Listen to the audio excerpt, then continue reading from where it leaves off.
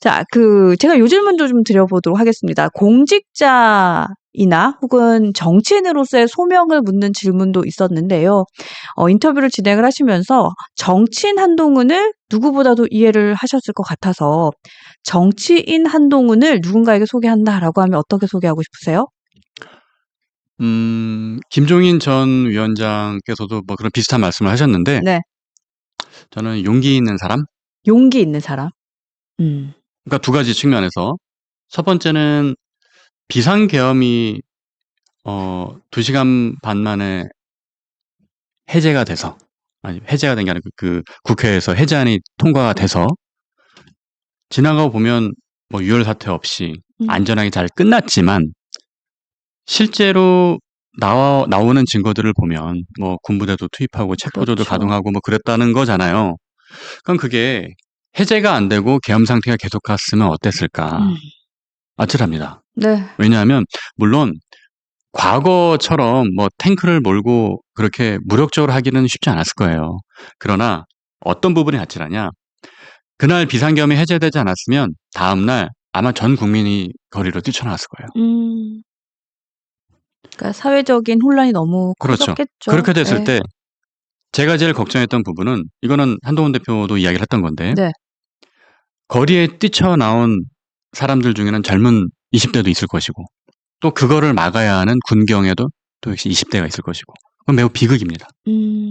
근데 그런 상황을 막기 위해서 어떻게 보면 혼자 총대를 맨 거잖아요. 그 당시. 네, 네. 그리고 뭐 이미 책을 통해서 알려졌지만, 집으로 가다가 이제 여의도로 차를 돌려서 오는 길에 여권에 신뢰할 만한 인사로부터 전화를 받았죠. 네. 피하라고. 위험해질 수 있다고. 네, 네. 그럼 대부분의 사람들은 거기서 공포감을 느꼈을 겁니다. 일단은 숨고 싶은 마음이 그렇죠. 크고, 누구처럼. 예, 숲에 숨어 있는 그렇죠. 사람처럼, 예, 예, 그분처럼 숨어 있고 싶은 마음이 클 거예요. 그렇죠. 그런데 한 대표 본인은 그렇게 하지 않았어요. 음, 그리고 제일 먼저 이 상황을 해결하기 위해서 무엇을 할 것인가 빠르게 생각을 한 거죠. 네, 그래서 정말 계엄령 나오고 얼마 안 돼서 메시지가 떴잖아요. 그렇죠. 예. 막겠다. 그러니까 계엄에 대한 내용과 계엄을 막겠다는 내용이 같이 거의 떴어요. 비슷하게 떴어요. 예, 네. 거의 같이 떴죠. 그래서 그런 부분이 저는 용기가 없으면 되지 않는다고 생각을 하고요. 그리고 당대표로, 그리고 또 비대위원장으로 있으면서 대통령께 상당히 많은 이제 직언을 했습니다. 근데 저는 그것이 정말 깊은 충심에서 우러나온 것이라고 생각을 해요. 그러니까 여기서 이제 충심은 네. 대통령 개인에 대한 어떤 사적인 충심이 아니라 국가와 국민을 위한 충심인 거죠. 그러니까 대통령이 잘 되길 바라는 그렇죠. 중심. 국가와 국민이 잘 되기 위해서는 대통령이 당연히 잘 돼야 되는 거고, 네.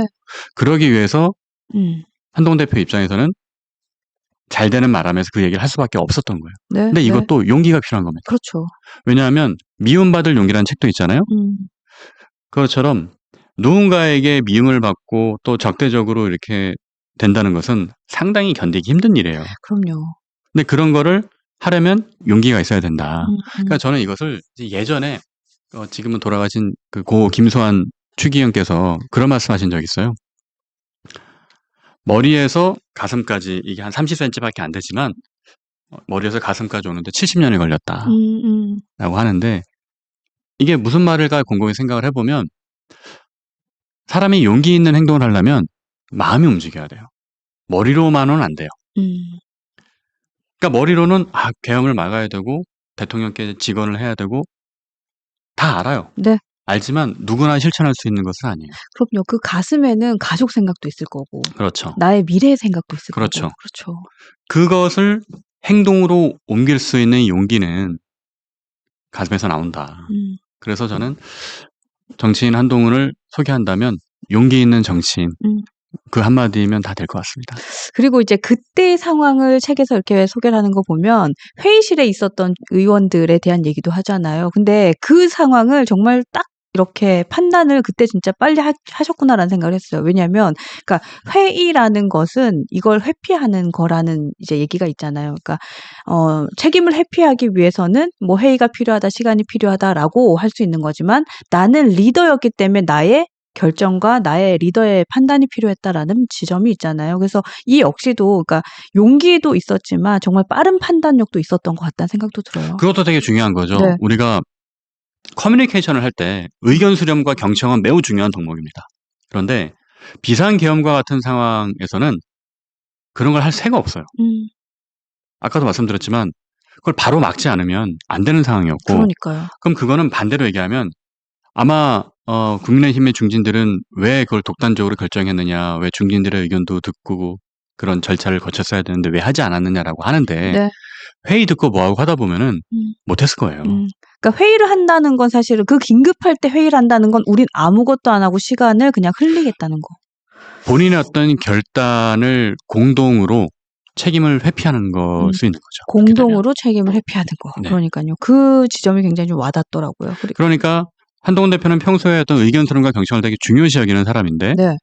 그 상황에서 그렇게 할 수밖에 없었던 거는 이 상황과 이 결단에 대한 책임은 본인이 다 지겠다라고 결심을 한 것이었고, 네, 네. 그리고 이미 뭐 책에도 보면 나오지만 그때 이제 나중에 이 일이 끝나고 나면 본인이 대표직에서 이제 물러나게 될 거다라는 거는 인지를 하고 있었다는 거지 않습니까? 네, 네. 그런 결정까지 하려면 많은 생각들이 있었겠지만 결국은 결단과 용기가 필요했다.